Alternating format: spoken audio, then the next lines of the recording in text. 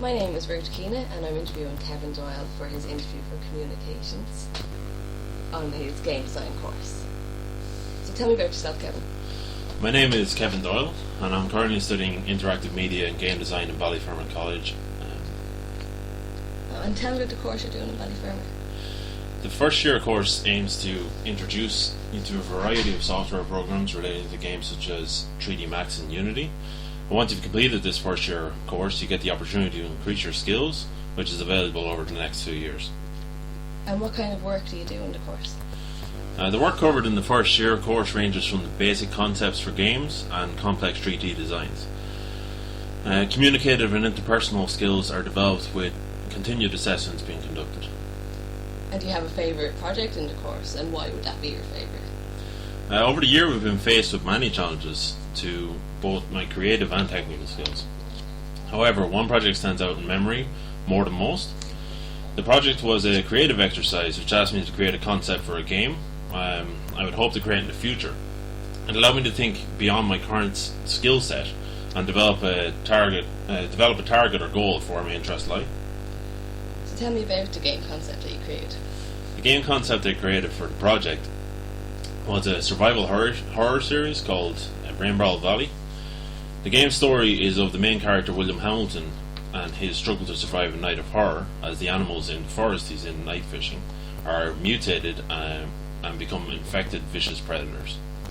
And are there any particular gameplay aspects in the game that were important to you? There's many aspects of gameplay in Rainbow Valley, but I feel some of the more important ones are the challenge that it brings to the user. The main element I wanted to was bring a challenge to the user. I brought that by a way of a save format feature. For this series, that means that the user can save their progression as they go through the game. However, if the player dies in the game, their save point automatically is deleted and they must restart the experience, learning from their experience and working out better ways to do it. With this aspect, it brings not only the added sense of fear for the user, but also a new appreciation for the character's life and what they're fighting for. This aspect of fear is lost in more conventional games, as you can just restart from the last checkpoint if you die. The other main feature of the game that allows it to stand out from others in the marketplace is the combat aspect.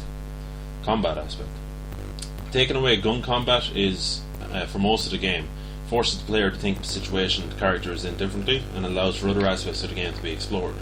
Stealth and strategy in games is often given as an option. However, gunfights are the most common way of playing chosen. This can dampen the experience. Guns are introduced into the second half of the game, although on a limited basis, like all supplies in the game. Did you have any main goals when you were designing this game? The main goal for me when I was creating the game is for basically the challenge of the user. Some mainstream games in today's market are what I call dumbed down compared to what they were. The devolution of games is evident in the long-run series of games. Users today are led through the game for the most part, which the focus is no longer on gameplay. This is not the bottom line for all game series, of course. There are many game designers and games currently in the marketplace that look to create new and exciting experiences at the heart of games. However, what seems to be most happening is that the focus is on the graphics in the game, because the technology of this aspect has increased largely in recent years.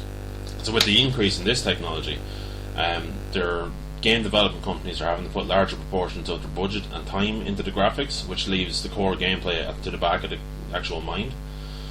The object of my game series is to create a balance between the both, so it's reuniting the user with the game itself. And do you have a target audience for this game, or people that you would see be more suited to playing it? The Rainbow Valley series is really intended for 25 to 35, but it ranges between that. The series holds a cert for 18s plus. However, the more experience in gamings of that level or that style of game really appeals to the player, or would help you in this game. The games of the previous generation held a challenge like this. This series represents at the heart of them.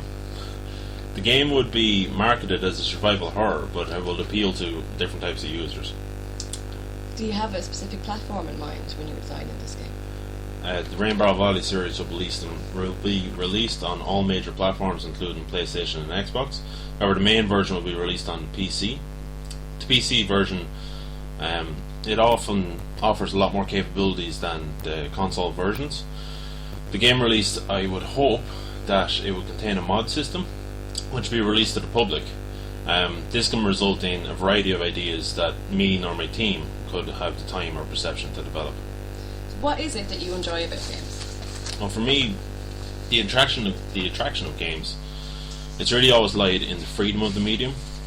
While I read books and watch movies, games have always held that extra bridge that allowed me to go forward with my interaction. While others may not feel games have anything to offer, I can see them being beneficial to both my mental facilities and the development of other skills. At a click of a button, I can be transported to any world containing anything that can amaze and amuse me, and will always result in the same eventuality. I look to my world and see the beauty I find in games. So what was it that made you come up with this game concept? Well, I arrived to this point from an idea stemming from a long time ago. The idea came when I was a young gamer and I only had enough money for either a game or a memory card for the console at the time. I chose the game, and the game was Resident Evil. It was quite hard and very long, but with no memory card, this meant having to stay up over a series of days and nights trying to complete the game. Dying meant restarting the game, and after a long period of sleep. It was heartbreaking at the time, but the ultimate result was pure enjoyment once the task was complete. So what seemed like a disadvantage at the beginning allowed for better gameplay, and this is one of my fondest memories of gaming to date. This is the element I want to bring into the next generation of gamers, so that both them and I can relive the fear once experienced by a young man with a lot to lose. And is there anything you've learned from this project? Within the project, I've discovered many aspects of my ability to create and explore the world of games. I now have a better understanding of my mindscape and the creation method within. Through drafting and redrafting, I have discovered my ability to adapt to situations and obstacles that occur during the process. The research I've conducted into the games industry when creating my game allowed me to look into better detail into the game world and how the marketplace is today. By looking into the industry, I've found my niche market and the target audience for my game style. So what's next for Kevin Doyle? As a natural progression from the first year course, it's to go on and complete the higher diploma, which consists of 2 years. I've applied for the higher diploma and I'm awaiting an interview process which will begin in May. I'm learning new skills both about the gaming industry and my place in it currently, but over the next 2 years I hope to continue my knowledge growth. From that point you can either make the decision to go on and do the degree, which will follow on in a 2-year course at the Ballyfermot College, or I can try and fill my place I've carved into the games industry. Okay, brilliant. Thanks a lot, Kevin. Thanks very much.